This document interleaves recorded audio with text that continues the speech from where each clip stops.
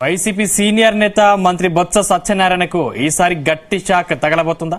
చీపురుపల్లి నియోజకవర్గంలో ఆయనకు ఎదురుగాలి వీస్తుందా? టీడీపీ క్రమక్రమంగా బలం పుంజుకుంటుందా? ఈ ప్రశ్నలకు అవుననే అంటున్నారు రాజకీయ విశ్లేషకులు. ఎన్నికలు దగ్గర పడుతున్న వేళ చీపురుపల్లిలో రాజకీయ రసవత్తరంగా మారుతుంది. మంత్రి బొత్స ఈసారి గట్టెక్కుతారా? ఆయనకు ఎదురవుతున్న సవాళ్లు ఏంటి? Watch the story.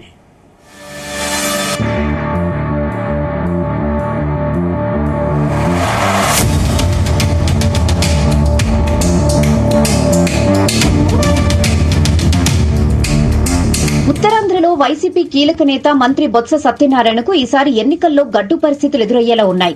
ఆయన ప్రాతినిధ్యం వహిస్తున్న చీపురుపల్లి నియోజకవర్గంలో టీడీపీ బలం పుంజుకుంటోంది. దీనికి తోడు ఒకప్పుడు బొత్సకు వెన్నంటి ఉన్నవారే ప్రస్తుతం ఆయనపై కత్తులు నూరుతున్నారు. ఈసారి ఎన్నికల్లో బొత్సకు చుక్కలు చూపించేందుకు పావులు కదుపుతున్నారు. 2004-2009 ఎన్నికల్లో బొత్స సత్యనారాయణ కాంగ్రెస్ తరపున పోటీ చేసి విజయం సాధించారు. రాష్ట్ర విభజన కారణంగా కాంగ్రెస్ పై తీవ్ర ఆగ్రహం వ్యక్తం కావడంతో 2014 ఎన్నికల్లో ఆ పార్టీ అభ్యర్థులకు డిపాజిట్లు కూడా దక్కలేదు. అయితే చీపురుపల్లిలో మాత్రం కాంగ్రెస్ నుంచి పోటీ చేసిన బొత్స రెండో స్థానంలో నిలిచారు. అక్కడ టీడీపీ అభ్యర్థి కిమిడి మృణాలిని గెలిచారు. ఎన్నికల తర్వాత ఆయన వైసీపీలో చేరారు. 2019 ఎన్నికల్లో వైసీపీ అభ్యర్థిగా బరిలోకి దిగి చీపురుపల్లి నుంచి గెలుపొందారు.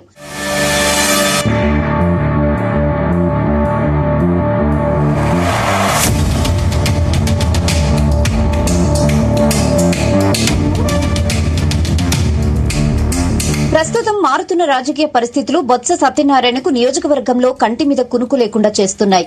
ఇన్నాళ్లు బొత్స నీడలో ఉన్న నాయకులు సైతం ప్రస్తుతం టీడీపీలో చేరుతుండడం ఆయన్ని కలవరపాటుకు గురిచేస్తోంది. నియోజకవర్గంలో బలమైన రాజకీయ కుటుంబాలు తెలుగుదేశం పార్టీ గూటికి చేరటంతో బొత్స గెలుపు ఈసారి కష్టమేనన్న చర్చ నడుస్తోంది. తాజాగా మాజీ ఎమ్మెల్యే గద్దె బాబురావు, మరో మాజీ ఎమ్మెల్యే అప్పలనాయుడు కుమారుడు కోళ్ల సుగుణాకర్ రావు టీడీపీలో చేరారు. దీంతో బొత్స సత్యనారాయణకు గట్టి దెబ్బ తగిలినట్లయింది. మాజీ ఎమ్మెల్యే గద్దె బాబురావు చేరికతో టీడీపీకి అదనపు బలం చేకూరింది. సుదీర్ఘ అనుభవం కలిగిన నేతగా బాబురావుకు మంచి పేరుంది. 1994-1999 ఎన్నికల్లో చీపురుపల్లి నియోజకవర్గం నుంచి టీడీపీ ఎమ్మెల్యేగా విజయం సాధించారు.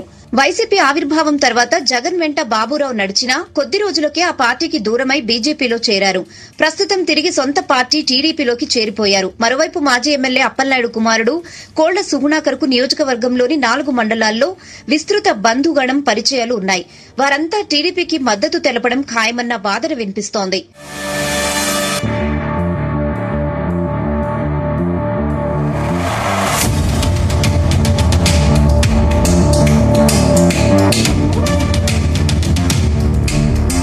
ప్రస్తుత ఎన్నికల్లో మాజీ ఎమ్మెల్యే మృణాలిని కుమారుడు కిమిడి నాగార్జున టీడీపీ అభ్యర్థిగా బరిలోకి దిగనున్నారు.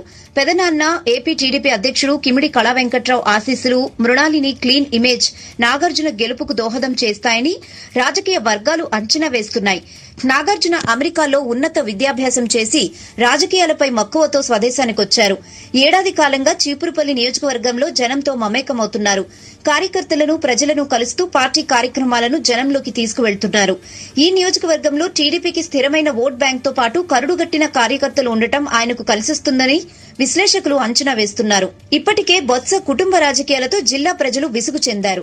ప్రజలు బాహాటంగానే నియోజకవర్గంలో బొత్సపై తమ అసహనాన్ని వ్యక్తపరుస్తున్నారు. అటు సొంత పార్టీలోనూ బొత్సపై తీవ్ర స్థాయిలో అసంతృప్తి నెలకొంది. ఇది ఒకంత బొత్స సత్యనారాయణకు ఇబ్బందికర పరిణామమే. ఈ క్రమంలోనే బొత్స కోట వచ్చే ఎన్నికల్లో బీటలు వారుతుందని వాదన బలంగా వినిపిస్తోంది. మరోవైపు విశాఖ ఎంపీగా బొత్స సతీమణి ఝాన్సీని వైసీపీ అధిష్టానం అభ్యర్థిగా బరిలోకి దింపుతుంది. దీంతో బొత్స కుటుంబం ఈ ఎన్నికల్లో ఏ మేరకు ప్రభావం చూపిస్తుందన్నది ఆసక్తికరంగా మారింది.